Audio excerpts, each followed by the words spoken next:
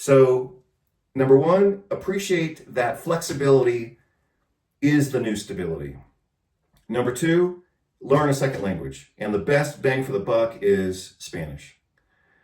And number three, get your money mobile and flexible so that when and if you decide to move or when and if you decide to travel, boom, you've got money in that currency ready to go. Those are the easiest things. Regarding the flu block product, this is truly an innovative technology. It involves the use of insect cells to rapidly manufacture the product. This is a cell-based influenza vaccine. We're way ahead on vaccines. You wouldn't have a vaccine if it weren't for me for another 4 years, because FDA would have never been able to do what they did, what I forced them to do. My vision is that every American is wearing a wearable within 4 years. Thank you, Mr. Secretary. If you think this has a happy ending, you haven't been paying attention.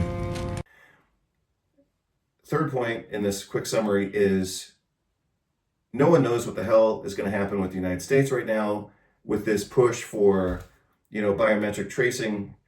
But I think we should all pay attention to that.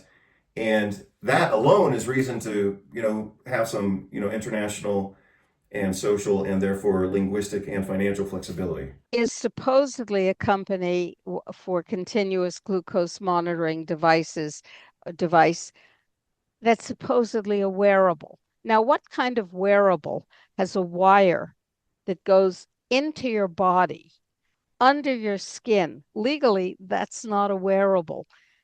That is an inserted device. That is biometric surveillance from the inside.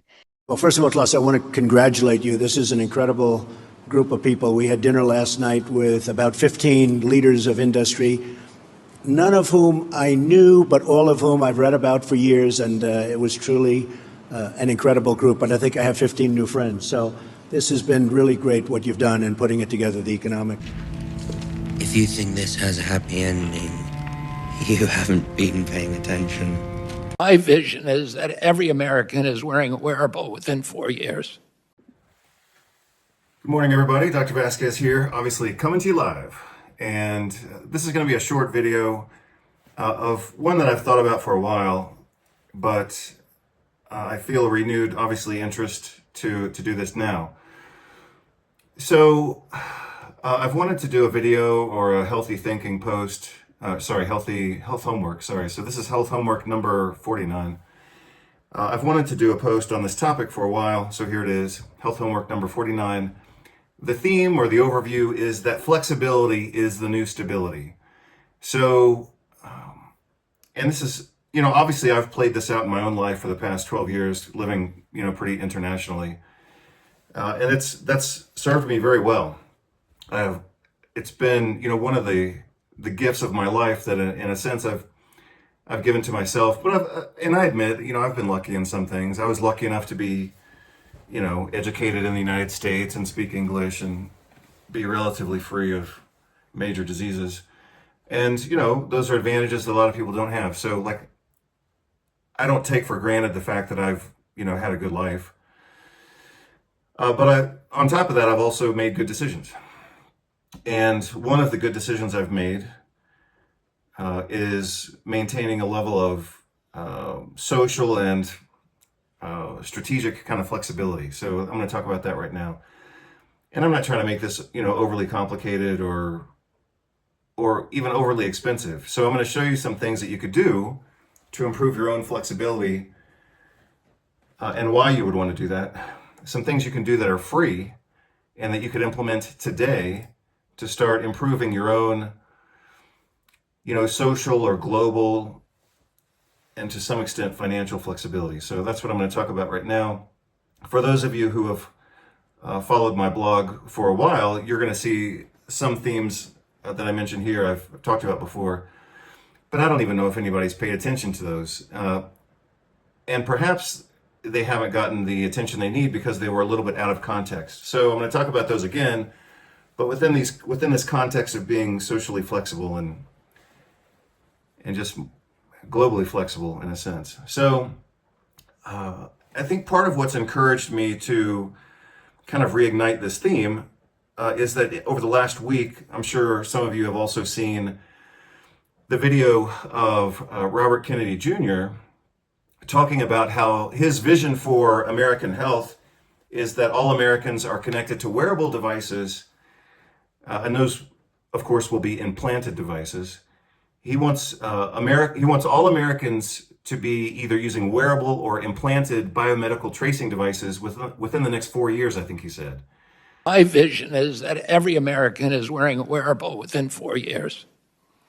Thank you, Mr. Secretary. And if you think that's good news, then you have no idea what's coming.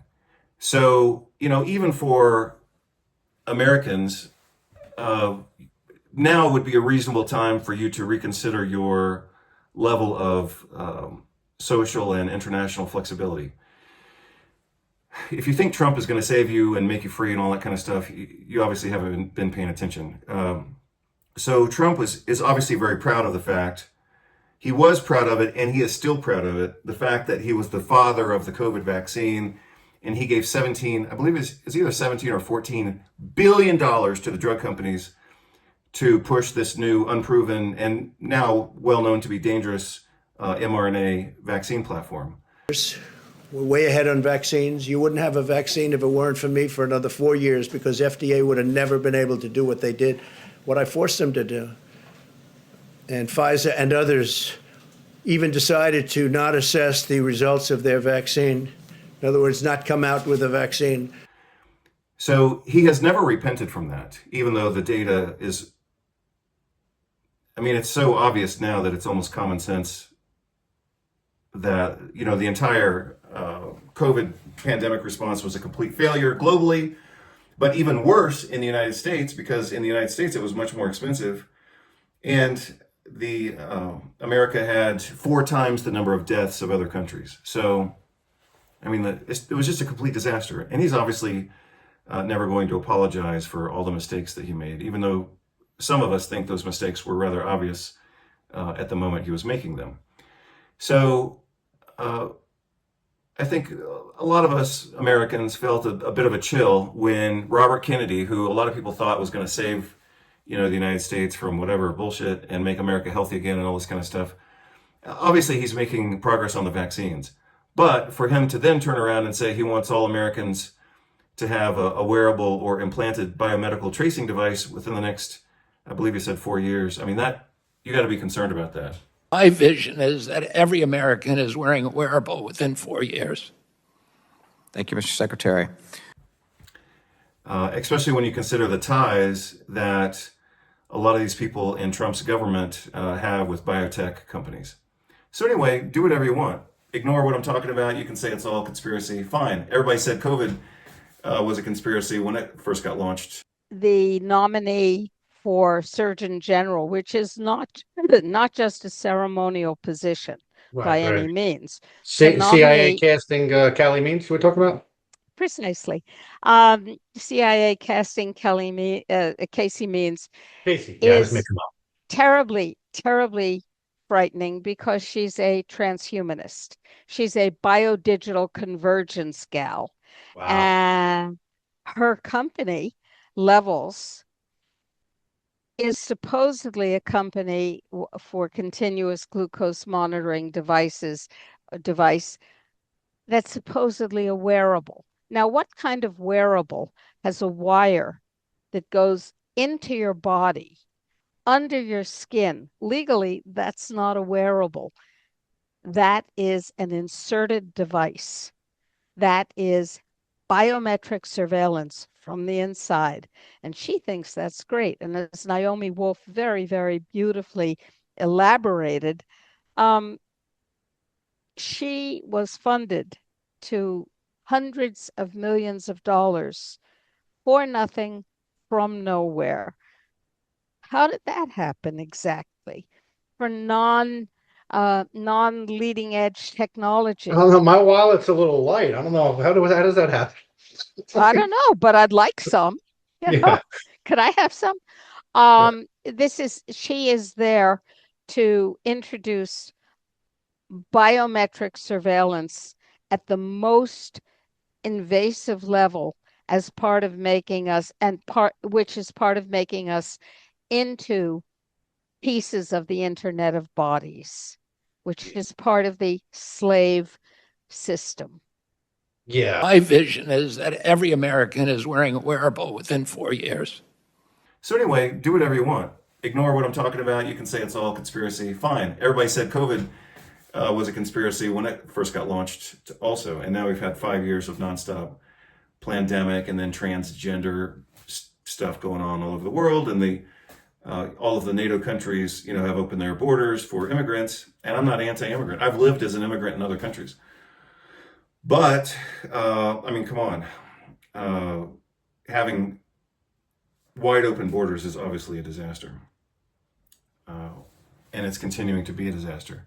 But none of that's accidental, And we saw it when we lived in Spain. Spain had many programs for immigrants where immigrants could come into the country, live for free, get educated for free. And at least the immigrants from China could get 5 or 10 years of running a business tax-free. Even the Spaniards couldn't do that. So obviously that created a lot of animosity among the Spaniards because, they were like looking at, a bunch of people coming in from China opening, 5 and dime stores, but doing that for free when a Spaniard can't even get a business loan.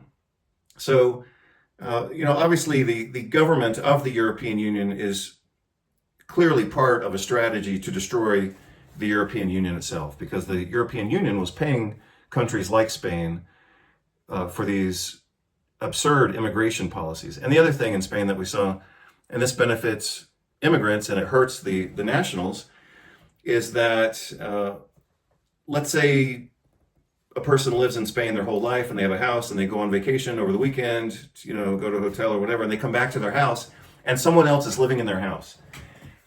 The Spanish owner of the house is obligated to continue paying the mortgage, electricity, water, and whatever other utilities like gas. They are obligated to continue paying for the house, even though they've been robbed of their own house. That's just absurd.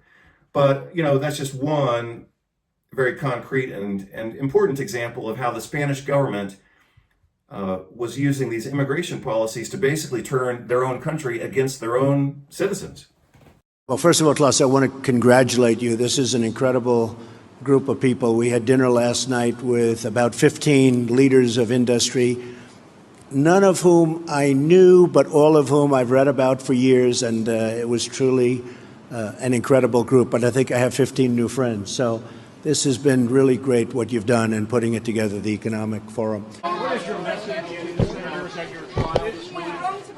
Is your trial now getting underway? Why is it better to be here in Davos than in Washington, D.C.?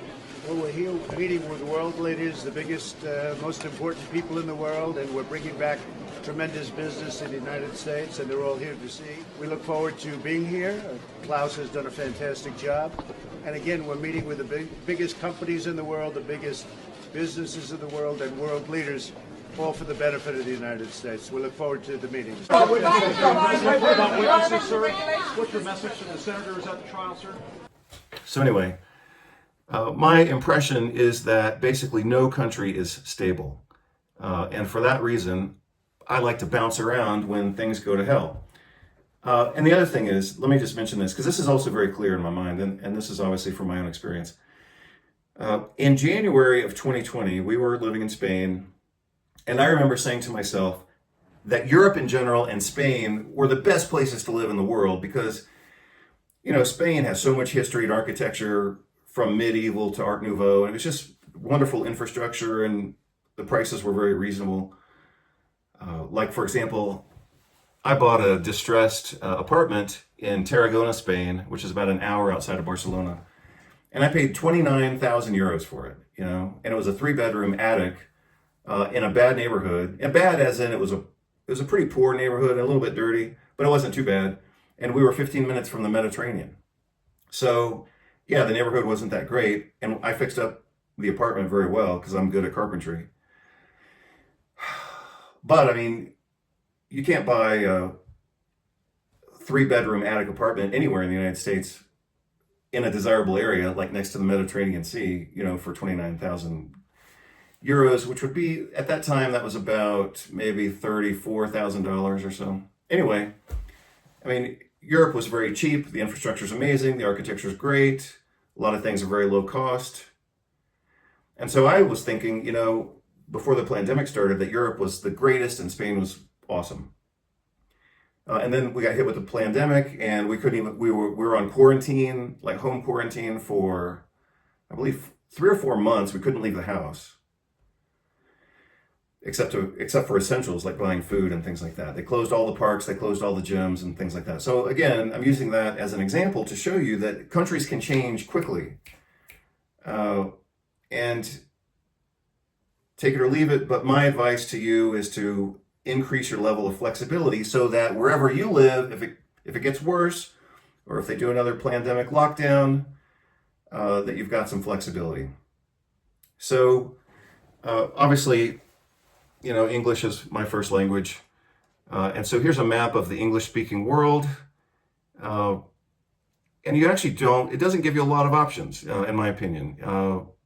I personally would never, live in Canada, especially after the changes that have occurred in Canada under Trudeau. Obviously, I've lived most of my life in the United States. But outside of that, you've got a couple of South African countries. I'm not going to live in South Africa. I'm not going to live in Australia or New Zealand because they had horrible lockdowns. And in my opinion, those countries aren't even worth considering anymore. Do what you want. But I would never even visit Australia or New Zealand based on their COVID policies.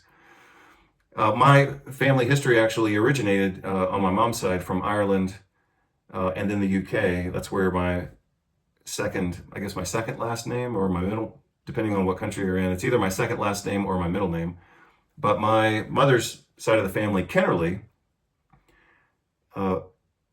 was rumored to have come from Ireland, but also a little bit south of London is a little town called Kennerley, and that seems to be where my most recent English grandparents were from. So, a lot of times, back in the old days and medieval times and even the 1800s, people were named for their cities.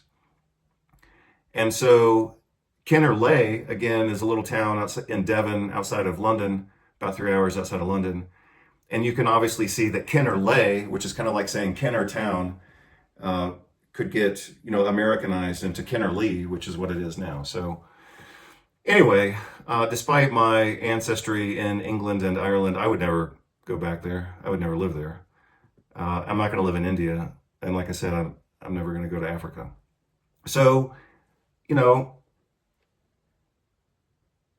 those are the limits that you have in the English-speaking world. Let me show you the next slide if it advances pretty well. So again, here you've got the US, Canada, the UK, Australia, New Zealand, and you've got secondary English speakers in India and some African countries. And I'm not going to go to India, and I'm not going to go to Africa. So my point is, you've got some options, but you're still pretty limited. Spanish, on the other hand, Spanish actually boasts, so to speak, more native speakers than does English. So if you look at the global population of native speakers outside of India and Pakistan and China, for example, if you look between English and Spanish, I think Spanish has 400 million native speakers, and English has like 300 million native speakers, something like that. So you actually have more variety among first language speakers if you speak Spanish. So here's what you got if you speak English. You've got the US, Canada, Australia, New Zealand, and the UK. And then if we look at Spanish-speaking countries, obviously you've got Mexico. Mexico is huge. And I'm not talking about speaking English or Spanish. I'm talking about, for most of you, adding Spanish to your English. Spain is geographically and architecturally fantastic, and they've got great infrastructure, but I would never go back there again. I hope I never go back there again. If you speak Spanish on top of your English, you have all of the above. Plus you've got Mexico, Belize,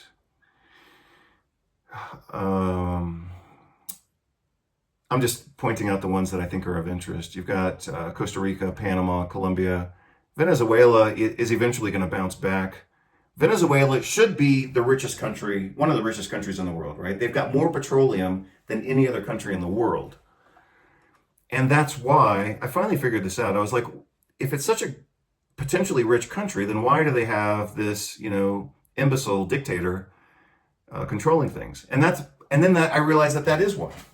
So if the globalists can maintain Maduro in power in Venezuela, and he refuses to produce the petroleum, then that maintains global hegemony in the current power structure on oil prices. If, for example, in the reverse, if Venezuela had a democratically elected president who nationalized and mobilized that petroleum, then that would shift the axis of power to Latin America. And obviously, the globalists don't want that. They want to maintain the power over here.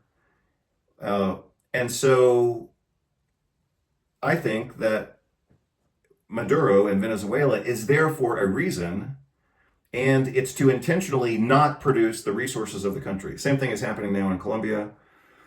Ecuador is doing pretty good. Lima, Peru is amazing. In this exact moment in 2025, they happen to be in a state of emergency because they've had a huge wave of crime and violence and assassinations. So I personally think Peru is awesome, but I wouldn't go there now because of the violence.